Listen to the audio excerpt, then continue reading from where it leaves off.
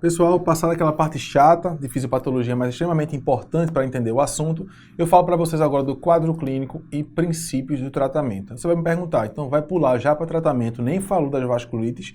Sim, pessoal, o tratamento de vasculite de uma maneira geral é um tratamento meio que padrão. É imunossupressão para diminuir a atividade inflamatória e também diminuir a imunidade do doente para evitar aquela reação autoimune intensa no paciente com vasculite. Quando eu for falar mais adiante de cada vasculite, eu falo de cada peculiaridade relacionada ao seu tratamento. Então, vem comigo, vamos falar agora um pouquinho sobre o quadro clínico geral. O quadro clínico geral, inicialmente a gente tem manifestações sistêmicas da resposta inflamatória. Isso aqui independe do tamanho do vaso. Seja nos pequenos, nos médios ou nos grandes, são condições, são sinais e sintomas que vão estar presentes no paciente com vasculite. Quais são esses sinais? Febre, fadiga, mialgia, artralgia, perda de peso, anorexia, aumento de marcador inflamatório, então aumenta no PCR, aumenta um VHS. Observe que as manifestações são muito inespecíficas. Se ele colocar isso no enunciado e dizer qual é a vasculite, não vai acertar nunca. Então ele vai colocar alguma característica clássica de um grande vaso, de médio vaso e de pequeno vaso para direcionar a etiologia e o meu tratamento específico, tá? Então, quando a gente fala em vasculites de grandes vasos, a gente vai ter o quadro específico dessa vasculite.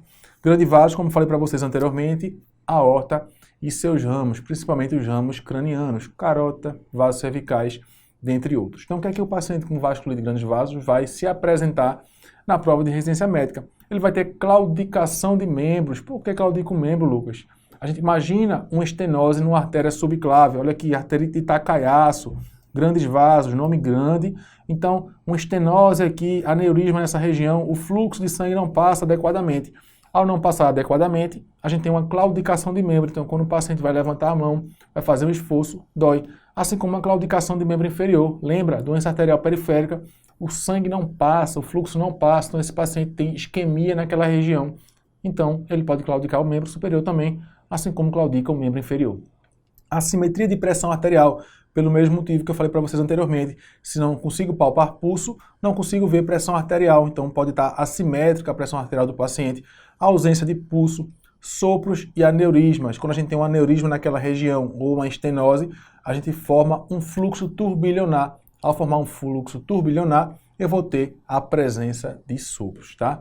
Então, específico de vasculite de grandes vasos são essas características. Falou isso na prova, eu vou pensar nas vasculites de grandes vasos.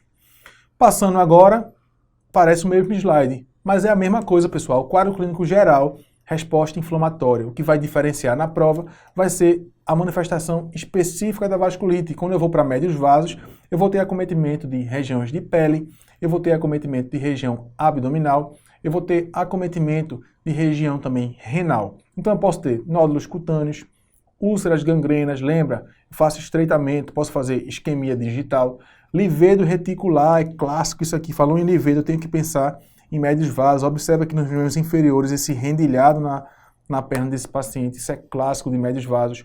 Mononeurite múltipla, então o paciente pode ter uma mão caída, um pé caído, ou seja, um déficit neurológico naquela região. Parestesia, disestesia, então por acometimento de vasos epineurais. E como nos grandes vasos eu tenho um macroaneurisma, aqui eu posso ter microaneurismas também nos pacientes com médios vasos. Mais uma vez, repetindo para vocês, resposta inflamatória. Vou agora para o quadro específico de pequenos vasos. Pequenos vasos eu vou ter acometimento de pele, eu vou ter sangramento naquela região, eu vou ter púrpura, tá? Púrpura eu vou ter nesse paciente. Observa aqui, ó, várias lesões purpúricas. Falou em púrpura, é pequeno vaso. Urticária, granuloma cutâneo, pessoal. Lembra das vasculites ANCA-positivas? A maioria delas tem a formação de granulomas, então eu posso ter granuloma cutâneo nos pacientes com vasculite de pequenos vasos. Quando eu acometo glomérulo e acometo também vasos pulmonares, eu posso ter glomerulonefrite, hemorragia alveolar. Conceito importante, vasculite de pequeno vaso, tenho que botar na cabeça, pulmão, rim, pulmão, rim, pulmão, rim.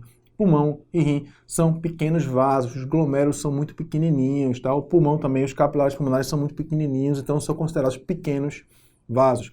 Posso ter acometimento de vasos oculares, esclerite, episclerite e uveíte também pode estar presente no paciente aí com a vasculite de pequenos vasos. Então, sabendo disso, você já direciona seu diagnóstico para diferenciar se é grande, se é médio ou pequeno vaso. E a nossa função agora aqui é saber qual é a doença específica, e é isso que eu vou falar com vocês mais adiante. Antes de falar sobre as vasculites em si, eu falo para vocês dos princípios do tratamento. Então, o princípio é controlar a resposta imune. Se a vasculite é uma inflamação contra o vaso, que é desencadeada por uma reação autoimune do nosso corpo, eu tenho que controlar essa resposta imune. E para controlar a resposta imune, eu posso fazer o bom e velho corticoide, tá? E o corticoide vai ser feito inicialmente em uma dose alta, porque eu tenho que promover uma indução, tá? Uma indução da imunossupressão e da diminuição da inflamação. O paciente está grave, o paciente está inflamado, está com manifestação clínica, então tem que ser mais agressivo nesse início. Então eu faço uma corticoide aí, numa dose um pouquinho mais alta, e posso ou não associar um imunossupressor com atividade mais citotóxica. Vou destruir a célula imune que está atacando a minha superfície endotelial, que ela achou que é algum agente agressor, tá? Eu vou usar imunossupressor para todo mundo? Não. Observe aqui o mais menos, depende da gravidade da doença. Quanto mais grave o paciente, maior a indicação de fazer um imunossupressor. E qual imunossupressor eu posso utilizar? Qualquer um deles. Quando eu falar sobre as doenças, eu falo sobre as particularidades de cada um, em qual doença eu vou preferir tal, em qual doença eu vou preferir outro imunossupressor.